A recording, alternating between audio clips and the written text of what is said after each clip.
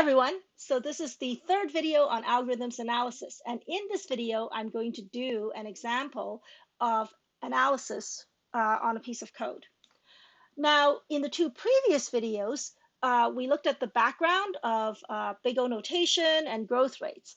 And those are necessary because eventually what we want is we want to know how this will perform, right? We want to do a theoretical analysis of a piece of code. So we need to know how to state that.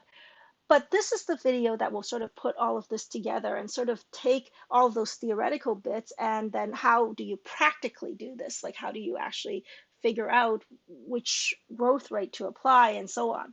Okay, so let's get started, okay? Now, the course notes covers this in the last page of algorithms analysis. So under algorithms analysis, how to do an analysis in 5 steps. Now, this is actually the last bit that I wrote for the notes on this section. And I wrote it because I had found that some of the students I had taught previously, they had trouble with this part because it was mathematical, but it wasn't like arithmetic. It was sort of, it was more theoretical. And for some students, they've never done proofs before, or they have done it, but it was like ancient history. So there's a lot of bits that are going in. Uh, you don't need to do a whole lot of math, but you need to know how the math works, if that makes any sense. Okay, but let's actually just step through this, and I'll try to guide you in terms of what we need to do this analysis. Okay, so let's get started. So first of all, make sure you have the code in place. This is step 0. Start with your code. And if you're doing this for your assignment, make sure you put it inside some backticks and list the language. The backticks makes it format correctly. The language just makes it pretty. Okay. Minimally, you need these 3 backticks. Okay. Now, once you have this ready, the next thing we're going to do in the analysis, the first step is to actually establish variables and functions, the mathematical ones. So what does this mean? Now, before we get started, we have to actually state how we're doing our counting. So the first thing we need to do is we need to determine our data size. Now, for most of the examples in this course, there's only one variable for the data size. Now, that doesn't mean that this is the only way to do it. There are some analysis problems where you will have to have several variables because you have, it's a combination of 2 pieces of data that makes the whole, right?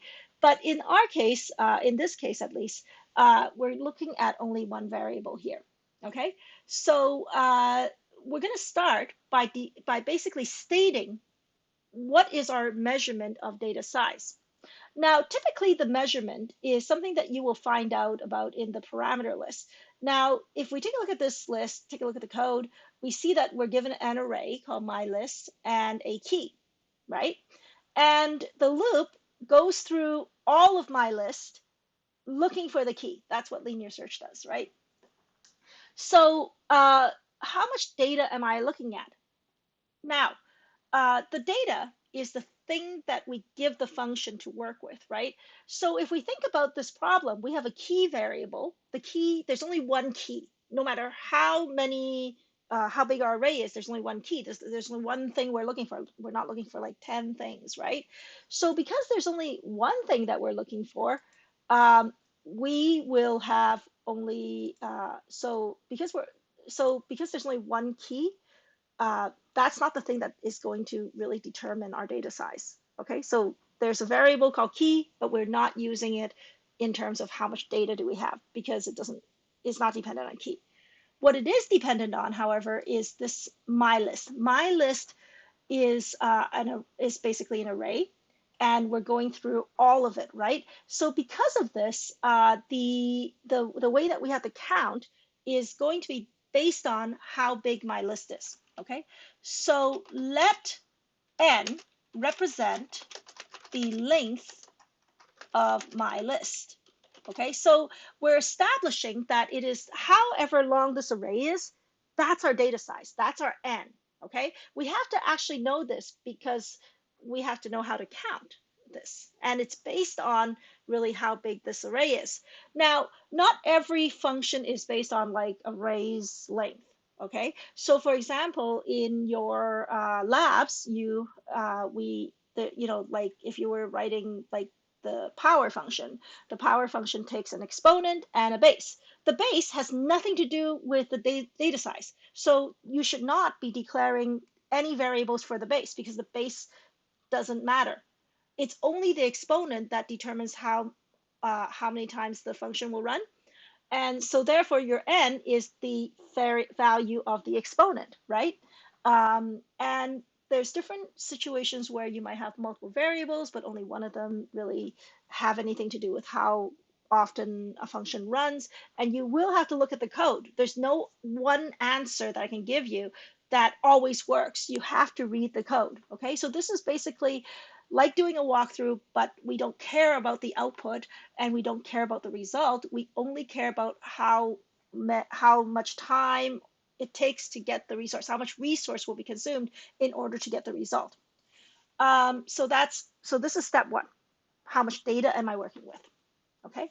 The second step is to, well, first of all, decide what we're analyzing. So in this case, I'm going to be analyzing for time. Okay. Now, uh, when we analyze for time, we're not actually like looking at a clock and going, oh, 7 seconds. And that's not what we're doing. What we're doing is we're actually going to be sort of doing an estimate based on operations done by the function. So that's typically how you estimate for time. The reason is because every single operation you do takes time, right? So the more operations you do, the more time it takes. Okay. Now, what are operations then, right? Like these are questions you should know. So operations are, well, anything that's an operator, obviously. So for example, this equivalence operator, this is an operator. How many times do we do this check, right? Now some people like to I don't generally count if because it's the equivalency that branches. Now if you want to count the if itself, that's fine. Do it consistently though. So I usually don't. You have variables like you have statements like in. So this I actually changes every time through the loop because I have to go through like a list of values, right? So I would count this, okay? Function calls should be counted. Now, function calls, when you count them, they're kind of special because when you call a function, it's not one operation. It depends on what on earth that function is doing. So if that function um, is quick, sorry, like only does one operation or what we think of as like constant time operation, then you count it as one. If it is linear time, for example, then you count it as n. You can't just say, oh, function call one. It's not that. It depends on the function call. Now, I don't necessarily have a Python example of this, but in C and C++, for example, the function string length, strlen, right? So you've all used this before, strlen. That particular function is not constant. It depends on how long the string is because it has to actually look for the null character at the end of the string, right? And the only way to do that is to go through the string looking for a null byte. So so the function is actually, and it's looks like it's one operation, but it's not because it has to look for that null byte. So you have to be sort of careful with function calls. We're going to take a look at all of this. But in any case, when we do analysis, we don't actually care about how long each of the operations itself uh, takes. We assume that all operations take the same amount of time. Now, this is not practically true. This is not actually true. Okay, operators actually take different amounts of time to work, and it depends on the operator. It's it's at the electronics level it is different. So if you have to like add something, it's generally faster than multiplication or division. Um, if you do things like bit shifting, it is faster than again multiplication and division. This is why if you have to do something that is like very like very dependent on time, where you really really want to squeeze like every little bit out. You might actually start writing your code for multiplication by 2 or division by 2 by using the bit shift operators instead of by using multiplication and division, because they're faster practically. Okay, now having said this, we don't, at an analysis point of view, we actually don't care about this. We are just going to assume every single operator takes the same amount of time, because it doesn't actually have uh, an effect on the final results. So we can just make this big assumption. Okay. Now, so we need to figure out how many operations this function will do. And the way that we do this is we actually just count it. But before we do that, we're going to establish another function. So t at n. So the reason I use t is because it's for time. Now, if you don't want to use t, you can use something else. So for example, if you are analyzing multiple functions and they all go together, you should have a different letter for every single function. That way you can talk about, oh, t at n is for linear search, b at n is for binary search, and so on and so on. So you might want to have like multiple variables, multiple function names, depending on what you're trying to do as a whole. Okay. So let t at n represent the number of operations done by the function when given a list of size n. So now let's take a look at this idea. So my declaration here says several things. First of all, this thing is a function. What I get is going to be an expression in terms of n. So when I'm doing this analysis, because my data size is n, this isn't going to give me like an actual number. It depends on what n is. If n is 10, it's going to give me a different value than if n was 20. So I'm establishing a way to talk about the number of operations as n changes. So this is not, so if n is 10, this function will tell me how many operations it takes to find something in a list of size 10. If n was 20, it will tell me how many operations it takes to find something in a list of 20, and so on and so on.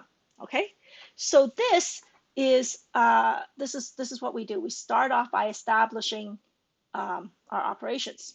Okay, now the next step is to think about this code a little bit. So if we take a look at this code, this is linear search code, right? Um, how many times, now take a look, this thing has 2 returns. I know your IPC profs are going to scream at me for this. It's okay, you can have more than 1 return statement. Having said this, you should be careful of how you do multiple returns. Okay, there's sort of a right way and a wrong way, which is why when you first learn to code, you shouldn't be doing it, just because it's usually introduces some really bad habits into your code, makes your code really hard to follow, hard to maintain. So you don't do it initially. But now that you're in 4th semester, it's okay. So here we go. The return statement here is one way to get out of this function, and the return statement here is a second way to get out. Okay. Now, what is so this is where we talk about worst case, average case sort of analysis. We don't do best case analysis. Just before we start, no, don't talk about best case analysis. That's not a thing. Generally speaking, very rarely do we ever care about that. Okay, usually it's worst or average case. Okay, now we're going to do worst case analysis in this example. So what's the worst thing that can happen if you are trying to find a value? Now, this is not big O. This is not, so when I talk about worst case, I'm not talking about big O versus omega or anything like that. I'm simply saying, like, the pathway through my code, what is the worst things that can happen that will make this function take more time? Now, for linear search, there are 2 things that can happen that will make your function take forever. One, you don't find the thing that you are looking for. If it's an unsuccessful search, that you would have to go through the entire array and then return -1. That's one of the worst cases. The second worst case is if you find it at the end of the array, right? Because this one starts at the beginning, you have to go all the way to the end. If you find it at the very last one, that's also a worst case. Okay. Now, if we were taking a look at average case, the analysis is actually going to be different because we would have to take the probability of finding a value in each of the elements and multiply each of those probabilities by the number of operations it would take to for that number, and that makes it very complicated. So we're not going to do that. We're just going to do worst case, okay? And it turns out that when you do everything, it turns out it still turns out to be the same runtime for this particular function. Now, that's not always true. So for example, in quicksort, the worst case is different from average case, okay? But let's not worry about that for now, okay? So linear search worst case is we're going to just make an assumption that we find it at the end. So we find it as the last element, okay? And we're going to basically walk through the code and think about how many times we do every operation based on this idea, okay? And so the second step, this counting your operation step, the way you do it is you just simply write a comment beside each line of code stating how many times the operators in that particular line will be done. So the first thing is we're going to count, we're going to take a look at this and look at how many operators we have. So first of all, I'm going to count the fact that I'm going to be doing this loop iteration effectively one time for every element of the array, right? And for every element of the, so I is going to change for every single element in the array. So changing I is going to cost me n, because every time I go through this, I'm going to change I. Every time I changes, that's going to cost me one operation. I have n elements in my array, so I have to change I n times. Okay. Now, there are two function calls though. There's a range function call and a len function call. Now, what's the runtime of this? Now, interestingly, this particular function actually only is called one time. Okay, it's not actually called every time through the loop. It's called once at the beginning, and then that's it. Okay. Now, how how many operations does range do? The answer to that, surprisingly, is it depends on what version of Python you are running. Python 3 range function is constant, which means that it's relative to the date, like relative to how what the range is, it's going to be constant runtime. So we can just say that this thing is 1 because it's constant. So constant means 1. And len is also 1. If this was Python 2, then the range function is actually linear. It's on. Now, how do you know this? It's Google and internet tells you this, okay? Like this is where you actually need to know this stuff, then you have to look it up, okay? So if you call a library function, you're not sure what the runtime is, you have to look it up, okay? And so if this was Python 2, this is our count. If it's Python 3, this is our count. So it's a little bit different, but we're just writing this into a comment, okay? The next step is this equivalence operator. How many times will I be doing this equivalence operator right here? Well, every single time I go through this loop, I have to do this, right? And the loop runs n times. I'm looking at every single element between 0 and n minus 1 inclusive, right? So this is going to cost me n, okay? And it's only because of the fact that this particular range function is going to give me all the numbers from 0 all the way up to n minus 1 inclusive. And if I count how many things there are n of them. So the loop runs n times. And this equivalence operator operates n times. So this is how we count this. Now, this return statement is a little bit different. In this case, oops, sorry. In this case, the return statement is actually only done when we find the value. Now, if we assume that we find it at the last element, then this return statement happens exactly one time. So we're going to count it as 1, okay? And this is the count for a successful search where we find it at the end of the array. Okay, this is how many operations it will cost us. Now, if the search was unsuccessful, how will this change? So so this is for a successful search. What about an unsuccessful search? How will this be modified? Well, if the search is unsuccessful, the loop still runs n times, right? So this part over here is not going to change because all the operator counts and all that, that's all the same. But this, because we never find it, we never do this return I statement. Instead, we do this statement down here. And this one is done exactly one time. When we finish and did not find it, we do that. Now, so basically we're counting one either as unsuccessful or one as successful at the end. So there's really no difference between these two. There's like, it'll work out to be the same count because you only do one of the two return statements. And it was only done once. Okay, so be careful of this. Now, some common mistakes. Some people, when they have a loop, they only count they look at this and they say, oh, one operator, and they count it as one. That's wrong.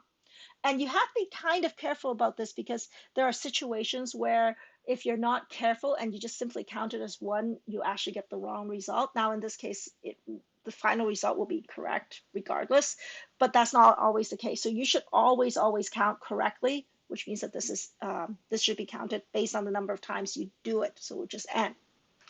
So that is how you do your operator counts. Okay, so that is step 2. So this is a really, really important step. When you go and work, you're very unlikely to actually do a full formal analysis.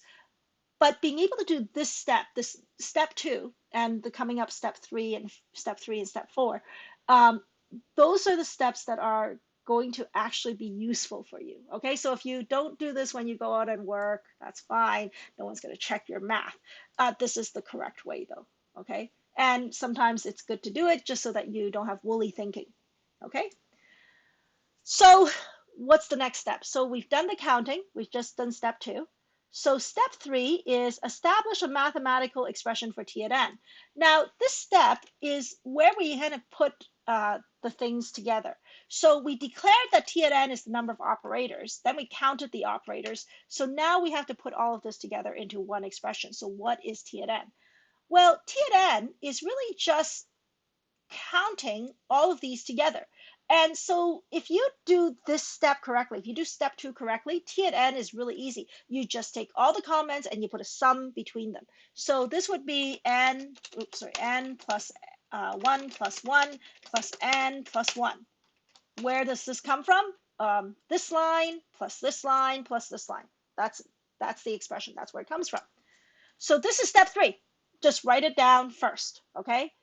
Now we're going to simplify. Now to simplify an expression, what we do is we gather what are called like terms. So these are both n. So there's one n, two n's. So we're going to count this as 2n. And there are 3 1s, 1, 2, 3. So we add them together and we get 2n plus 1. That's it. That's our function. That's our T at n. Okay. Now at this point, so what this means, what this function says is that if I give you an array that has 10 elements in it, then T at 10 is going to tell me that this is 2 times 10 plus 1, which is equal to, for example, 21. Now, this means that if you were given an array of, oh, shoot, sorry, my math is wrong. This is 3. 1 plus 1 plus 1 is 3, not 1. Okay, sorry. So this is 23. Okay, so what this means is that the number of operations done when you have 10 element array is 23. It will take 23 operations for you to find the thing at the end or find out that it's not there. Okay, so this is this. Okay, now what we want to do now is we want to find the upper bound of this function. Okay, how do we find the upper bound? Because we want to sort of state it formally. So this would be the last step. So step 4 was the simplification. Step 5 is to state your result. Now, in practicality, okay, so by the way, this is just an aside. This is not useful, okay? In practicality, once you have established this, the way you actually figure out what the big O statement is you find what is called the dominating term, okay? So what this means is that you're going to have a whole bunch of these things that are separated by plus signs, and each of these are called terms. Okay, this is a term. 2n is a term. 3 is a term. Okay, now for each of these, what we have to do is we have to sort of think about this in terms of what happens when n gets really, really big.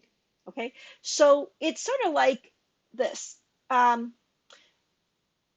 if n is small, 0, 1, okay, the 3 really matters. Okay, it's kind of like if you have only $3 in your pocket, then the $3 matters because, you know, that's a coffee, right? But if you had $2 million in your pocket, then $3 probably don't matter, right? Like if you lose 3, it's not a big deal because there's so much other, the other part is so much bigger. So what we have here, this part, this 2n part, as n gets really, really big, it is so much bigger, the 3 does not matter at all. So the 2n is what we call the dominating term. Okay, the 2n is so, as n gets bigger and bigger, it's so much bigger than the 3, it doesn't matter. The 3 doesn't matter. So what you do is you take the dominating term, and it depends on what t at n is to find the dominating term, and then you basically make the following statement. Therefore, t at n is big O of, and you have to find something to put inside these brackets. And the thing depends on your dominating term. Now, the dominating term here is 2n. That's the dominating term, right? So what we do is we take the dominating term and we remove the constant in front of it, and we simply put the thing without the constant, which is, in this case, is n. Now, so it's n because this is the dominating term, okay? It's not n for any other reason. This is the dominating term. That's why it's n. And you remove the constant that is in front of the dominating term when you state it. You don't put 2n. 2n is not correct. 2n, if you put 2n there, it tells somebody that you don't know what you're talking about. Because big O, remember, that full definition, t at n is big O of f at n if and only if t at n is less than or equal to c times f at n, right? So there's this, the constant bit is already taken care of in that big O uh, big O statement, right? You don't need to put in the 2 because it's already part of the definition for big O notation. You don't put it in. If you put it in, it means you don't understand big O notation. So never put it in, okay? It's just n, okay? Take the dominating term, drop the constant, done, okay? That's it. And this is how you would do a full analysis, okay? So that's it for this particular example. Uh, and I will, and that's it for this video. Thanks, everyone.